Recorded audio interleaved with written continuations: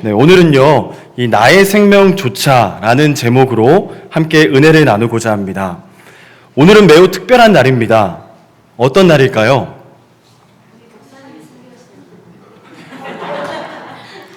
네, 틀리셨습니다.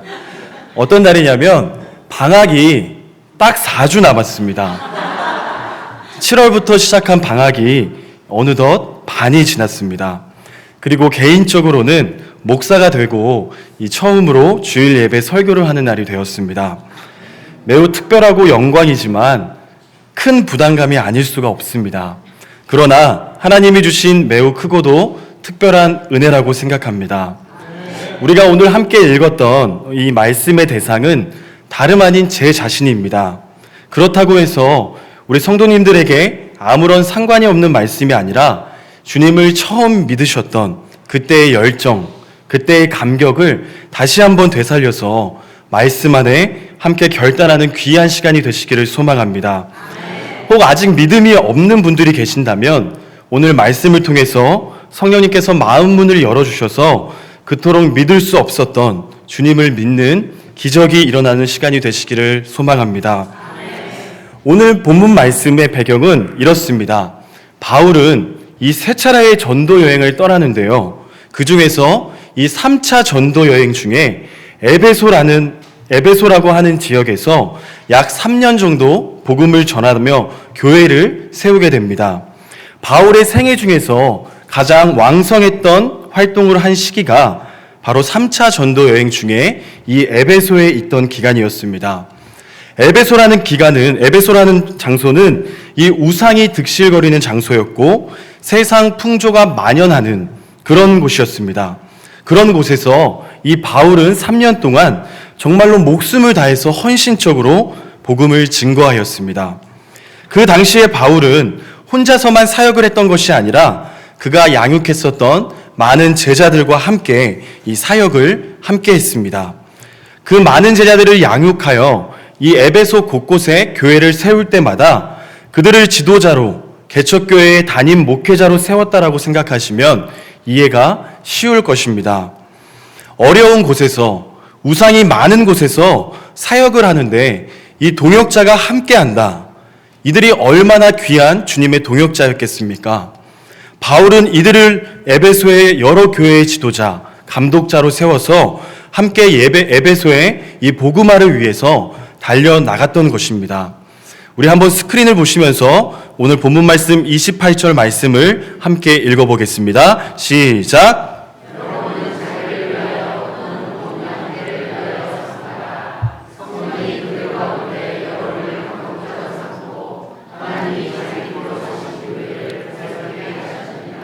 아멘.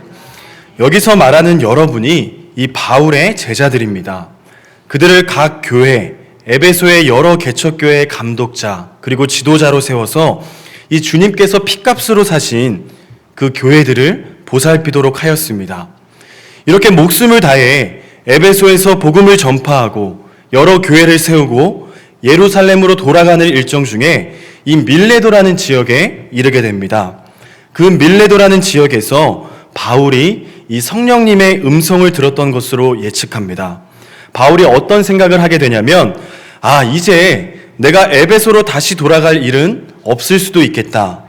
아마 내가 예루살렘으로 돌아가면 나의 생명이 위태할 수도 있겠다. 나와 함께 3년 동안 동고동락하며 지냈던 사랑하는 제자들, 이 귀한 동역자들을 더 이상 만나지 못할 수도 있겠구나. 내가 죽기 전에 그들을 꼭 한번 만나야겠다. 이런 결심을 하고 이 밀레도에서 에베소까지 사람들을 보내어 그의 제자들, 자신의 동역자들을 초청하였습니다. 우리 17절 말씀을 함께 읽어보겠습니다. 시작! 바울이 밀레도에서 사람을 에베소로 보내어 교회의 장로들을 청하니. 17절 말씀에 장로들을 청했다고 말을 합니다. 오늘 말씀에 등장한 장로들은 현재 교회에 계신 직분을 받으신 장로님들의 개념이 아니라 말씀드렸다시피 이 바울의 제자들, 목회자들을 가리키는 말입니다. 감독자로 세운 목회자들, 바울의 동역자들을 마지막으로 바울이 보고자 에베소에 있는 장로들을 이 밀레도로 초청하게 된 것이죠.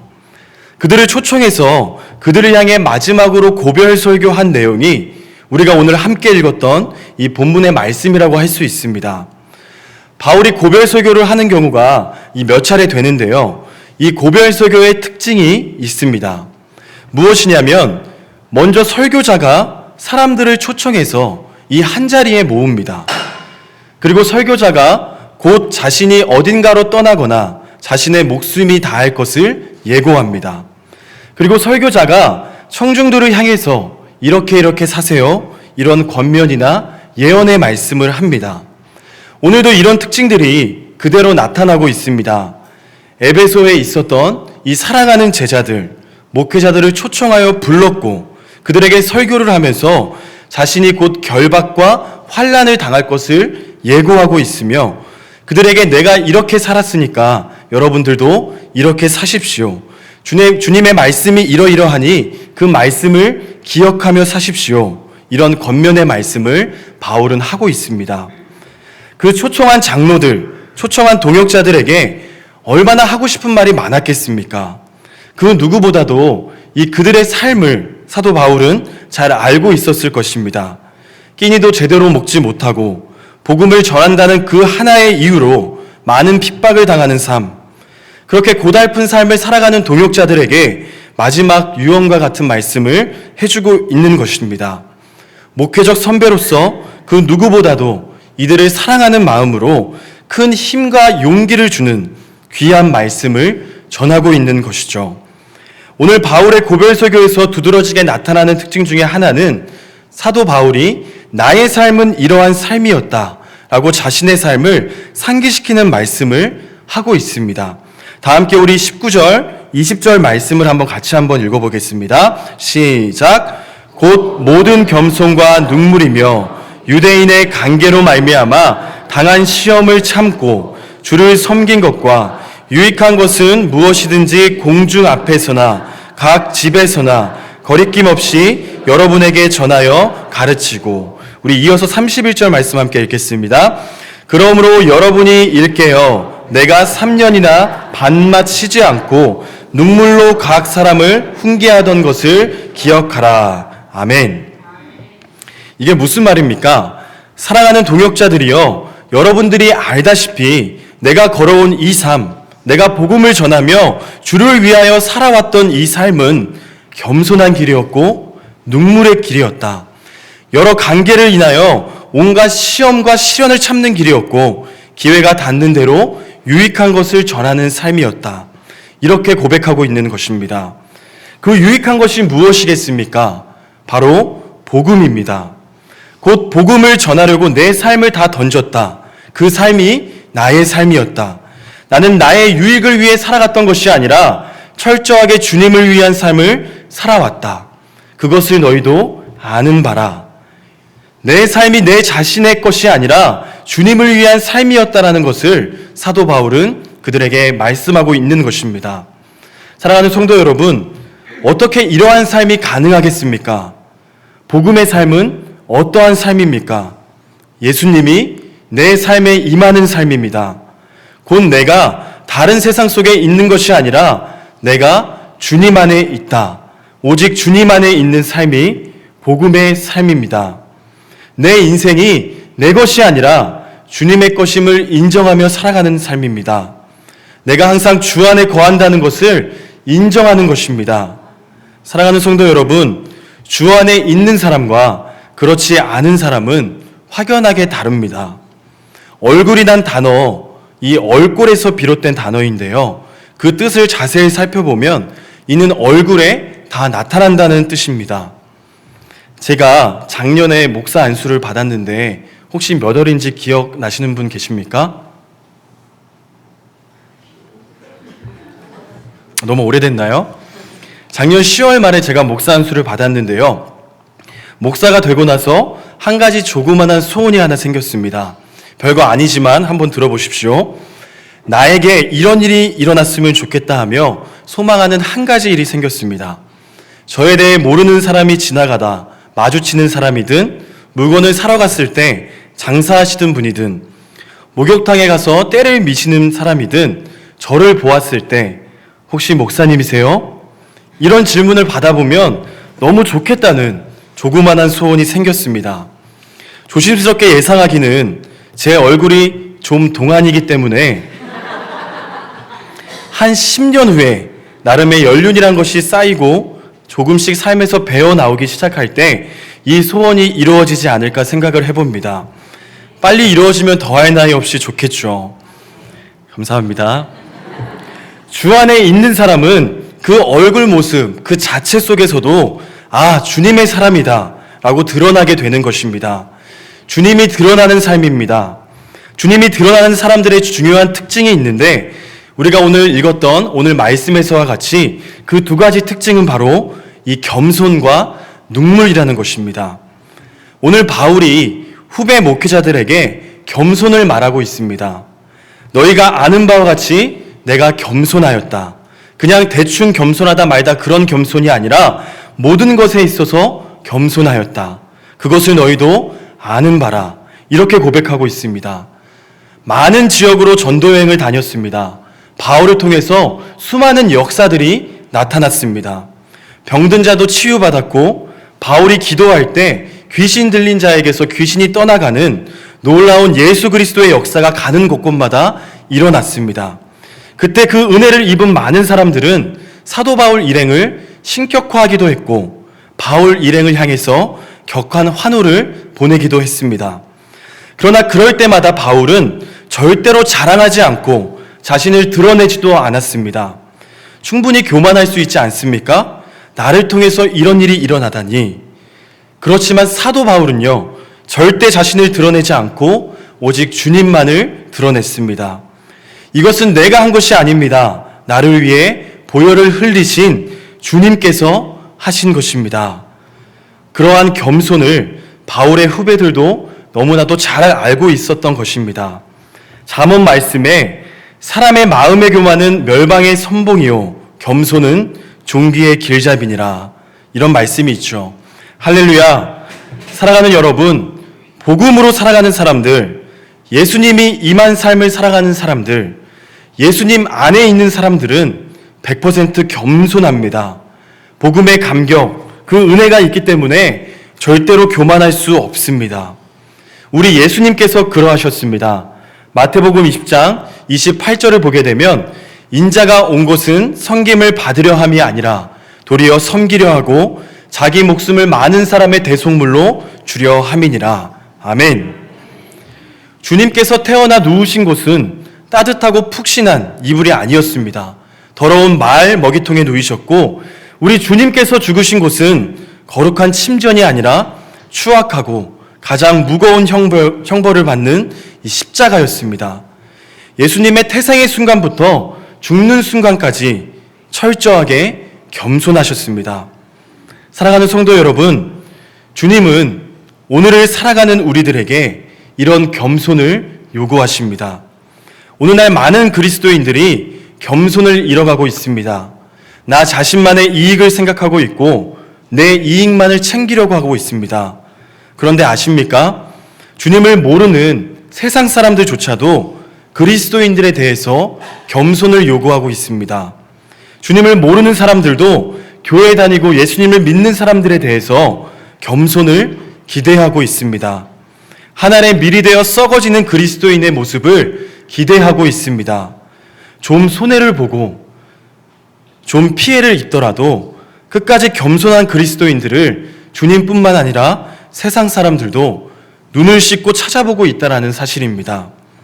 간절히 바라옵기는 우리 다사랑교회 성도님들은 철저하게 주님의 은혜와 이 복음의 은혜로 겸손한 성도님들이 다 되시기를 간절히 소망합니다. 그러한 사람이 많아질 때 우리를 통해 하나님의 나라가 놀랍게 확장됨을 믿으시기를 바랍니다. 또한 주님이 드러나는 삶을 살아가는 사람은 눈물이 있는 사람입니다. 바울은요, 울 줄 알았던 사람입니다. 여러분들도 잘 우시죠? 안 우세요? 네. 왜 우십니까? 아파서, 슬퍼서, 괴로워서, 때로는 영화가 매우 감동돼서, 드라마가 매우 재미있어서 배꼽 빠지게 웃을 때도 있지 않으십니까? 오늘 본문에서 사도 바울은 왜 울었을까요? 우리 31절을 다시 한번 함께 읽어보겠습니다. 시작.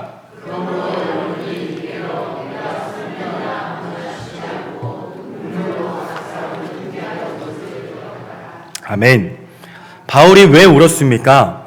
이제 앞으로 장차 에베소 교회 이 담임 목회자로 세울 귀한 나의 제자들, 후배들을 양육하고 교육할 때 이들을 불쌍히 여기는 마음으로, 긍휼히 여기는 마음으로, 장차 이들이 담당할 교회를 사랑하는 마음으로 눈물로 이들을 가르쳤다고 바울은 말하고 있습니다. 영혼을 생각할 때, 주님의 교회를 생각할 때 긍휼의 마음으로 울 줄 알았던 사람이 바로 바울이었습니다. 여러분, 기도할 때 많이 우시죠? 지긋지긋하게 말 안 듣는 남편 때문에 울 때 있으시죠? 없으십니까? 날 위해 많이 고생하는 아내가 불쌍해서 울 때도 많이 있으시죠? 사랑하는 자녀들을 위해서, 믿지 않는 부모님을 위해서 눈물로 씨를 뿌릴 때가 많이 있으실 것입니다. 너무 중요하죠. 그렇다면 내 피부치를 위해 이렇게 울 수 있다면 나와 상관없는 사람들을 위하여서도 울 수 있으시겠습니까? 나와 아무런 상관없는 사람의 고통을 위해서 함께 울어주실 수 있겠습니까? 주님께서 핏값으로 사신 이 다사람 교회를 위해 울 수 있으시겠습니까? 오늘 본문의 바울처럼 우리는 영혼을 위해 울 줄 알아야 합니다. 교회를 위해서, 아프고 연약한 성도를 위해서, 영혼을 위해 우는 것입니다. 많은 사람이 질병으로 인하여 생명의 문제를 안고 또 가정의 금전의 문제를 안고 여러 가지 문제가 있을 때 우리는 그 영혼들을 위해서 울 줄 알아야 합니다. 그 사람의 아픔은 내 아픔처럼 여기고 울 줄 알아야 하는 것입니다. 바울은요, 울 줄 알았던 사람입니다. 예수님 또한 그러셨습니다. 예수님과 함께 했던 사람들이 어떤 사람들입니까? 고아였고요, 과부였고 세상에서 멸시천대를 당하던 죄인들이었습니다. 모든 사람들이 부정하게 여기는 질병에 걸려서 인간 취급받지 못하는 자에게 우리 예수님께서는 먼저 찾아가 주셔서 손을 잡아 주셨습니다. 기억하십니까? 나사로가 죽었을 때 그의 누이들과 함께 우셨던 분이 바로 주님이십니다. 예루살렘으로 입성하실 때에 예루살렘 성전을 보시고 예루살렘아 예루살렘아 성전을 향해 애통하며 우셨던 분이 바로 주님이셨습니다. 주님이 드러나는 사람은 이렇게 울 줄 아는 사람입니다. 감정에 의해서 우는 것이 아니라 영혼과 교회를 위해서 울 줄 아는 사람, 이러한 사람이 주님이 드러나는 사람인 줄로 믿습니다. 이런 사람이 복음에 의한 사람인 줄로 믿습니다. 사랑하는 성도 여러분, 겸손한 사람은 주님이 드러납니다. 긍휼함으로 울 수 있는 사람은 주님이 드러납니다. 이러한 사람들의 또 하나 중요한 특징이 있는데 그 특징은 무엇이냐면 자신의 생명을 조금도 귀한 것으로 여기지 않는다는 것입니다. 바울이 그러했고 우리 주님이 그러하셨습니다. 주님의 제자들이 그러했고 수많은 사도들이 그러했습니다. 종교 개혁자들이 그러했고 대한민국의 신앙의 초석을 이룬 많은 신앙의 선배들이 그러했습니다. 특별히 우리 민족, 우리 대한민국의 신앙의 선배들은 나라를 위해서 울 줄 알았던 사람들이었습니다. 이러한 사람들의 특징이 바로 내가 중요한 것이 아니라 다른 영혼들이 중요합니다. 이것 때문에 목숨을 내놓습니다. 나보다도 나라가 올바로 서는 것이 중요합니다. 나보다도 교회가 온전히 서는 것이 중요합니다. 그래서 목숨을 내놓습니다. 목숨을 겁니다. 나보다도 주님이 드러나는 것이 너무나도 중요한 것이죠. 그래서 사도 바울은 이렇게 고백합니다. 우리 20장 24절을 믿음으로 함께 읽어보겠습니다. 시작!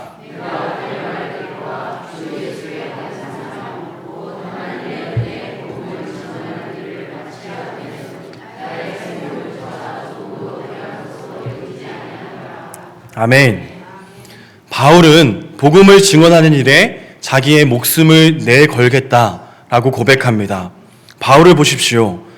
복음을 증언하는 일을 사도 바울은 어떻게 받아들이고 있습니까? 이것은 사명이라는 것입니다. 단순한 사명이 아닙니다. 세상 권위로 주어진 사명이 아닙니다.